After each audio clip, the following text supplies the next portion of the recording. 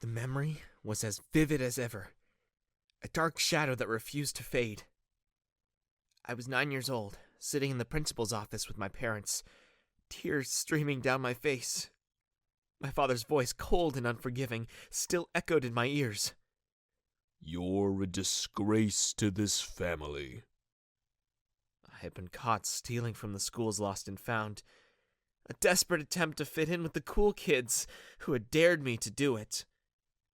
The shame and disappointment in my parents' eyes that day left an indelible mark on my soul.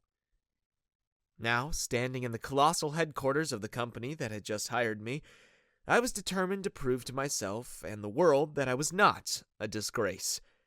I was going to face the sea of sharks in the corporate world and show them that I had what it took to rise above the challenges ahead.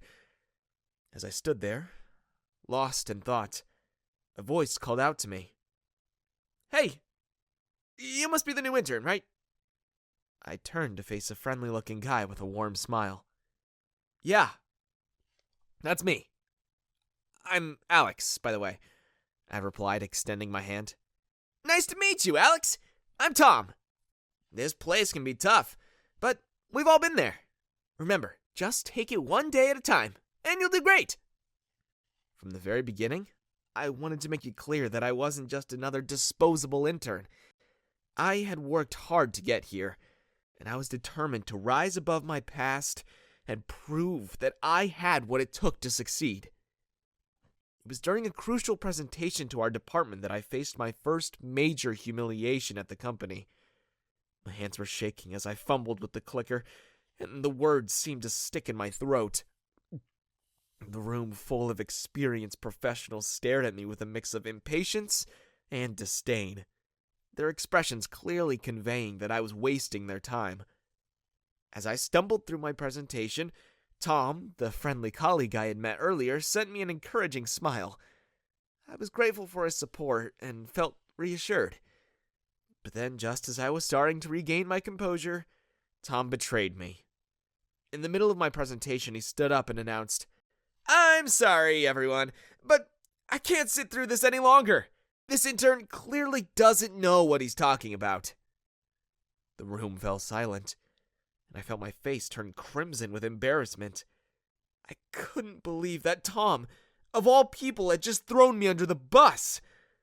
But instead of allowing the humiliation to consume me, I found the courage to fight back. "Tom," I said, my voice steady despite my racing heart, "I understand you may have concerns, but let's not forget that we're all here to learn and grow. And sometimes that means making mistakes and taking risks." Tom hesitated, clearly not expecting me to stand up for myself. I took advantage of the momentary silence to continue. "Maybe you're right, and I still have a lot to learn. But I'm willing to put in the hard work and dedication it takes to succeed in this company. Are you willing to support me in that journey? Or would you rather see me fail?" I asked, staring him directly in the eye. The room was on edge, the tension palpable. To my surprise, Tom relented. "All right, Alex. I'll give you the benefit of the doubt, but don't let us down." Despite the pressure and the steep learning curve, I refused to quit like so many interns before me. I threw myself into my work, spending long hours at the office and devouring every piece of information I could find to improve my skills. My determination to succeed and prove my worth was unwavering. Slowly but surely, my hard work began to pay off. I started to master the intricacies of my role, and my confidence grew with each passing day. My colleagues started to notice the changes in me, and I began to earn their respect as I tackled increasingly complex projects with skill and determination. One day, as I was working on a particularly challenging task, my coworker Sarah approached me with a grin. "Hey, Alex, how's it going?" she asked. "You know, I used to think you were just another intern who'd crash and burn, but you've really proven me wrong."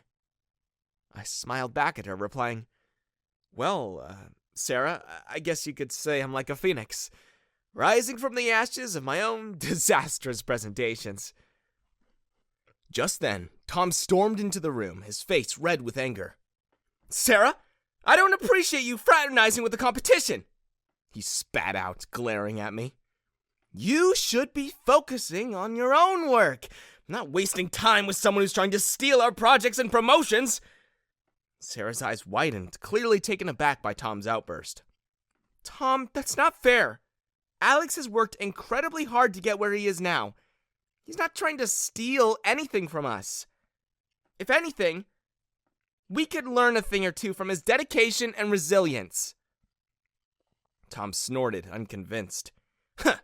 "Well, I, for one, won't be wasting any more time on this so-called rising star. I have my own work to do." Ugh. With that, he stormed off, leaving Sarah and me in stunned silence. I shook my head, determined not to let Tom's hostility bring me down. "Thanks for standing up for me, Sarah. I appreciate it." "No problem, Alex," she replied. "Just keep doing what you're doing, and you'll prove to everyone that you're more than just another intern." As I continued to excel at the company, I couldn't help but feel the mounting tension between Tom, Sarah, and me. Tom seemed to see me as a threat, while Sarah continued to support and encourage me. The conflict between them only intensified as my reputation and responsibilities grew. When the day of the big presentation arrived, the room was packed with senior executives, including the CEO himself. As I prepared to take the stage, I could feel the weight of the expectations and the unspoken rivalry between Tom and Sarah. I presented my plan with confidence, and the room remained silent, hanging on my every word. The tension was palpable, but I could sense the growing excitement and respect in the eyes of my colleagues. By the time I finished, the room erupted in applause, and I knew that I had not only proven my worth, but I'd also earned my place among the company's top performers. Word of my progress spread throughout the company, and I could feel the atmosphere shift around me. No longer was I the bumbling intern who had botched a presentation in front of the entire department. Instead, I was the underdog who had defied expectations, rising above the pressure and proving that I had what it took to succeed. As my reputation grew, so did my relationships with my colleagues. I found myself welcomed into their circle, and even the captivating beauty who had initially caught my attention began to take notice of me. Her name was Lisa, and she was the company's top performer, known for her sharp intellect, fierce ambition, and undeniable charm. One day, Lisa approached me during lunch. Her eyes locked on mine, exuding an air of mystery. "Hey, Alex. I've been hearing great things about you. It seems like you've really come into your own here." I was thrilled by her acknowledgement and replied, "Thanks, Lisa. It hasn't been easy, but I'm determined to make my mark." She leaned in closer, her voice dropping to a conspirational whisper. "Well, I admire your tenacity. You've definitely earned your place among us. But be careful who you trust around here. Not everyone has your best interests at heart." As the weeks went by, Lisa and I grew closer, our late-night brainstorming sessions and shared successes fueling our bond. We became a formidable team, tackling complex projects and impressing our colleagues with our innovative solutions. It wasn't long before I began to feel more than just admiration for her. I found myself falling for her intelligence, charm, and wit. One evening, as we were celebrating the completion of a particularly challenging assignment, Lisa looked deep into my eyes and said, "Alex, I have to admit something. I've grown to admire you, not only for your work ethic, but also for your resilience and determination. You've shown me that it's possible to rise above the expectations of others and achieve great things." Her words sent a jolt of excitement through me, and I couldn't resist teasing her. "Well, Lisa, I always knew I was impressive, but it's nice to have my greatness acknowledged by someone as talented as you. She chuckled and playfully nudged my shoulder. Don't let it get to your head. Hot shot. The following week, an opportunity arose for a high-profile collaboration on a project that would shape the future of the company. The entire office was abuzz with speculation about who would be chosen to lead the team.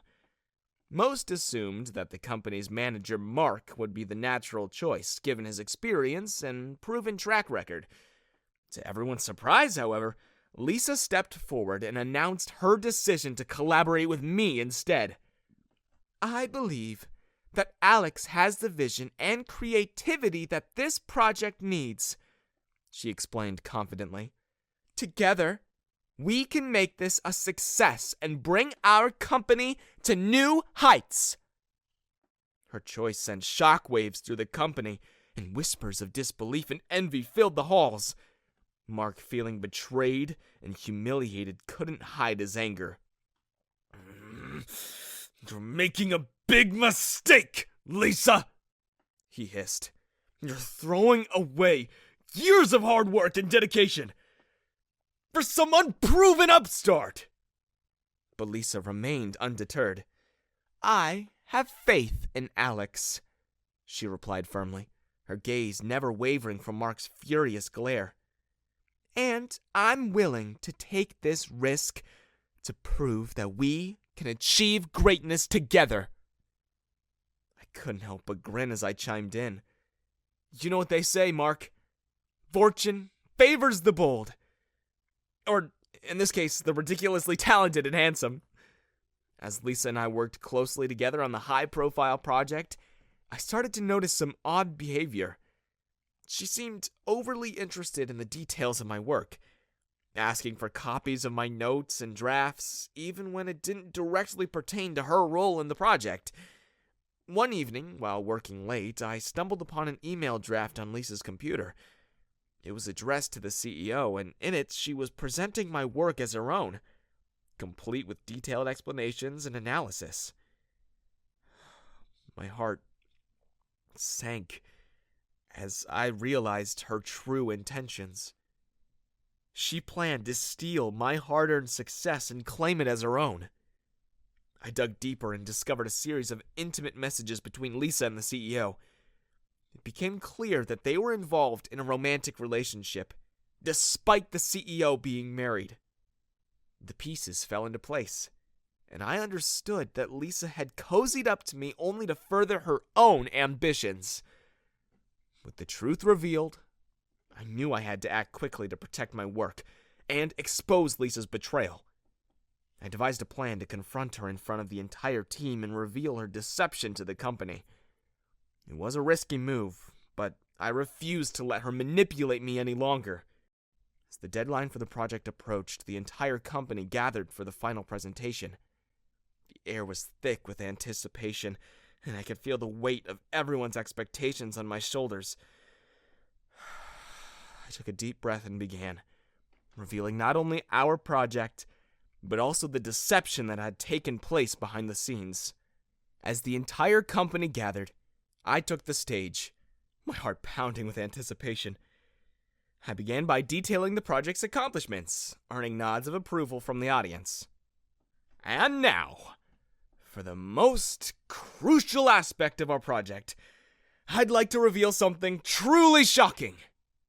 The audience gasped collectively as I displayed the incriminating emails and messages for all to see. What on earth is this? This is outrageous. I didn't do any of this. Oh, come on, Lisa. You've been stealing my work and passing it off as your own, all while playing me and the company with the CEO. This is absurd. I demand an explanation. You can't weasel your way out of this one. The evidence is right here in front of everyone's eyes. Lisa, how dare you betray the trust of this company and your colleagues? You can't prove anything. This is just a pathetic attempt to tarnish my reputation. Pathetic? The only thing pathetic here is your attempt to deny the truth. The company deserves better than your deceit and betrayal. The room erupted with angry voices as the full extent of Lisa and the CEO's deception became clear. We need to address this situation immediately. I'm calling for an emergency board meeting.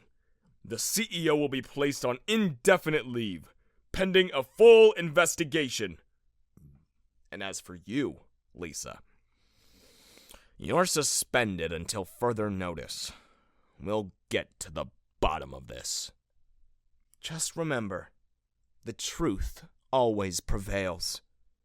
No matter how hard you try to hide it, it has a way of coming to light.